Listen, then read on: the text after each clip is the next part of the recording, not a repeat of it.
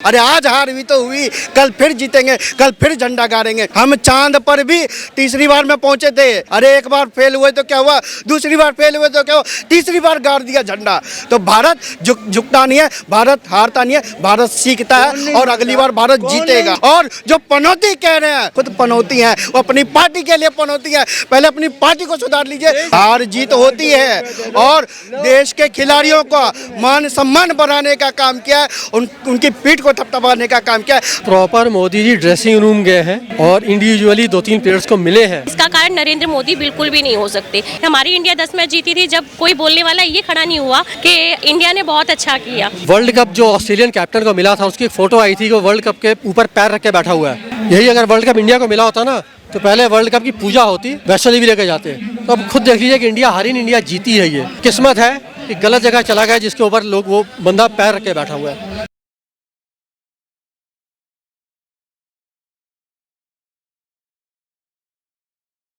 सुप्रसिद्ध कवि हरिवंश राय बच्चन की एक लाइन है कि बैर कराते मंदिर मस्जिद मैल कराती मधुशाला, जिसको आज के परिवेश में हम लिख सकते हैं कि बैर कराते राजनीतिक दल और मैल कराती खेल भावना। देखिए, खेल एक ऐसी पिच होती है, खेल का मैदान एक ऐसी पिच होती है जहाँ पर हम लोग सारे मंदिर मस्जिद हिंदू मुस्लिम के भेदभाव को मिटाकर, फॉरवर्ड बैकवर्ड के भेदभाव को मिटाकर हम सिर्फ खेल देखते हैं और पूरा देश एकजुट होता है अपने देश को जिताने के लिए, उसके सपोर्ट में खड़ा होता है। लेकिन आज के समय में इसका उल्टा हो रहा है। लोग खेल को भी, खेल की भावनाओं को भी राजनीति से जोड़ रहे हैं और देश के प्रधानमंत्री को कुछ विपक्षी दल मिलकर इस हार का वजह बता रहे हैं। तो करेंगे इसी पर चर्चा। मैं शिवानी शर्मा आपके साथ, आप देख रहे हैं पॉलिटिकल दर्पण। शिवसेना के जो नेता है संजय राउत, उनका कहना है कि अगर वानखेड़े स्टेडियम में ही मैच खेला गया होता तो हार नहीं होती। देखिए, विपक्ष और शिवसेना के जो नेता, शिवसेना के नहीं, कांग्रेस पार्टी के जो दल हैं वो शिवसेना के नहीं है। शिवसेना तो आज भी भाजपा के साथ है,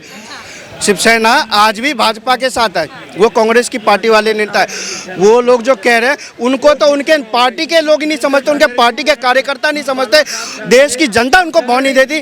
तो मैं कौन होता हूँ उनके ऊपर बोलने वाला?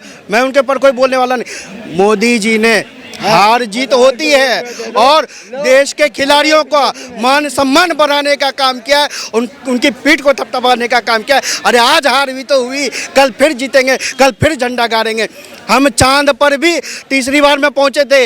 अरे एक बार फेल हुए तो क्या हुआ, दूसरी बार फेल हुए तो क्या हुआ, तीसरी बार गाड़ दिया झंडा। तो भारत झुकता नहीं है, भारत हारता नहीं है, भारत सीखता है और अगली बार भारत जीतेगा, भारत जीतेगा। और जो पनौती कह रहे हैं, वो खुद पनौती है, वो अपनी पार्टी के लिए पनौती है। पहले अपनी पार्टी को सुधार लीजिए, उसके बाद देश की बात कीजिए। देखिए, आप भी जानते हैं 2014 से पहले देश में खेल की स्थिति क्या थी। उस समय में कपिल देव जैसे क्रिकेटर को ही टीम के सहारे छोड़ दिया जाता था। लेकिन आज के समय में बीसीसीआई एक पूरी टीम बनाने में सक्षम है।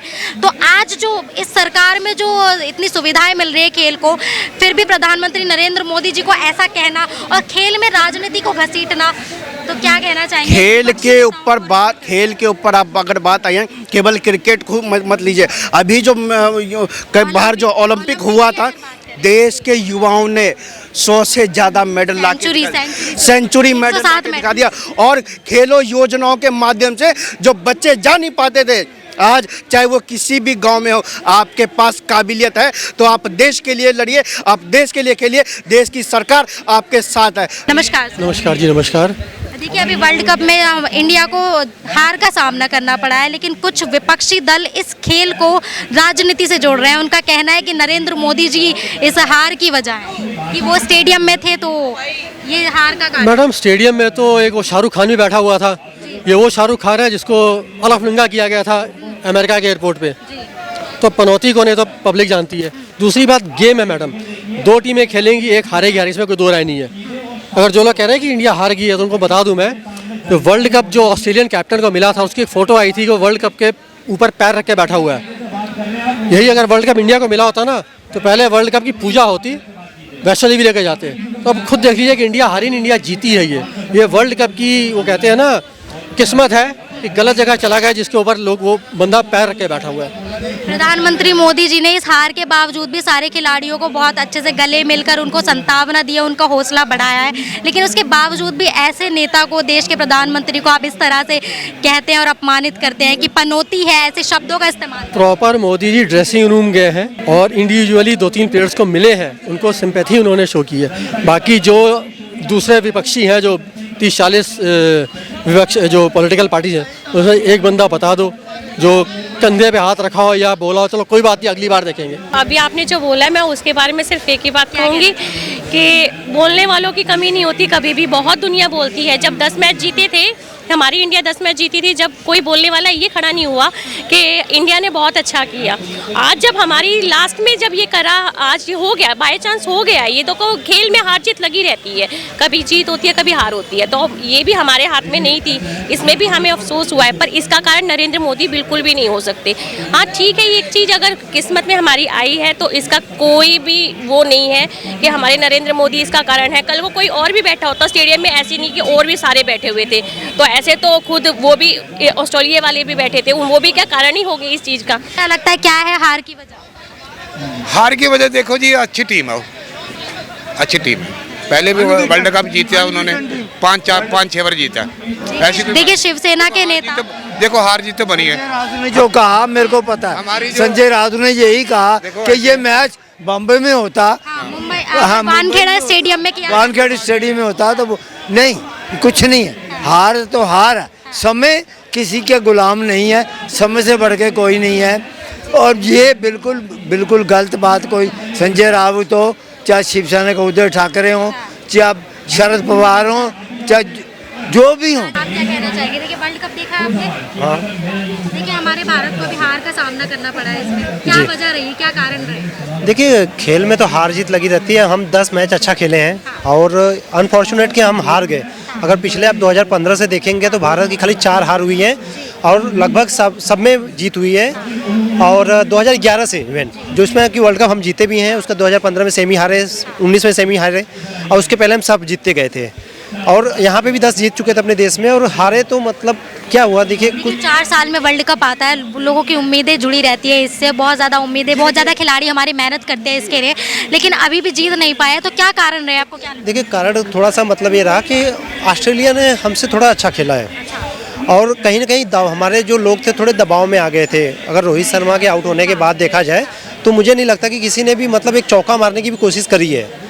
वो काफ़ी दब के खेले और थोड़ा सा मतलब, लेकिन कुछ विपक्षी दल तो कह रहे हैं कि मोदी जी हार की वजह है। देखिए विपक्षी दल कह रहे हैं तो अभी मैं कहना चाहूँगा कि 2011 में जब हम वर्ल्ड कप जीते थे तो उस टाइम भी तो गए थे हमारे प्राइम मिनिस्टर जी, जो तत्कालीन प्राइम मिनिस्टर थे, वो सेमीफाइनल में वहाँ पे गए थे 2011 में।